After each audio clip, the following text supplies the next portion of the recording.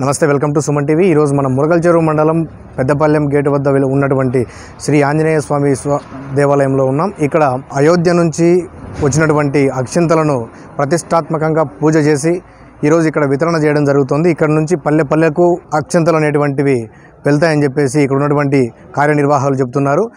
జై శ్రీరామ్.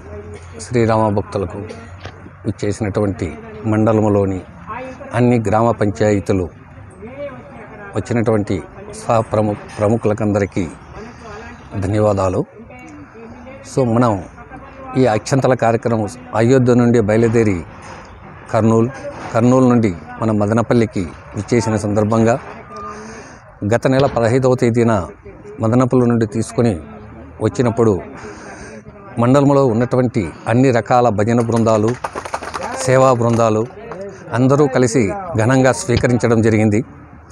అక్కడ నుంచి గత 15 రోజులు ఒక మండల హెడ్ క్వార్టర్లో ఆంజనేయ స్వామి దేవస్థానం నందు పూజలు ప్రతిరోజు నిర్వహించడం జరిగింది.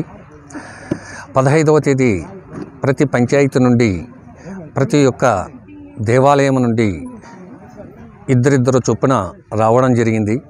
అలా వచ్చిన తర్వాత వాటిని కలశాల ద్వారా ఊరేగింపుగా ములకల్చెరువు మండలం నందు అందరికీ సుమారు 32 కలశాలు ఇవ్వడం జరిగింది. అలా ఇచ్చిన తర్వాత వాళ్ళు పల్లెలో వాళ్ళ యొక్క పంచాయతీల్లో పూజా కార్యక్రమాలు నిర్వహించారు. సో ఆ పూజల ద్వారా ప్రతి పల్లెలకు కూడా ఇప్పుడు పంపిణీ చేయడం, ఆ పంపిణీ చేసిన తరువాత ప్రతి ఒక్క ఇంటికి శ్రీరాముని యొక్క అక్షంతలు చేర్చవాలని నిర్ణయించడం జరిగింది. వచ్చేదాకా చెప్పాలి.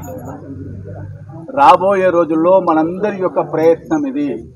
కాబట్టి అయోధ్యలో మా గ్రామంలో వచ్చే ఉగాది నాటికి కాకపోతే వచ్చే దసరా నాటికైనా సరే మా గ్రామంలో అందరూ రామభక్తులు ఉండేలాగా చూడగలగాలి.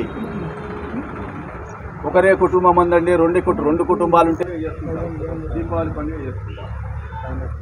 దసరా పండుగ 9 రోజుల పాటు 9 అవతారాలు ఎత్తి రాక్షసులందరినీ సమానం చేసి మనకు మేలు చేసే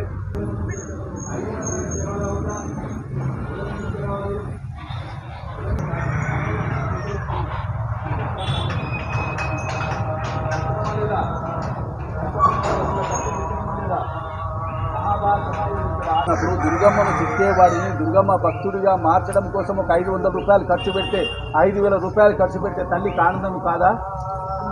తల్లిని చిచ్చేవాడు తల్లి దగ్గరికి వస్తే తల్లికి ఆనందం ఉంటుందా ఉండదా? దాని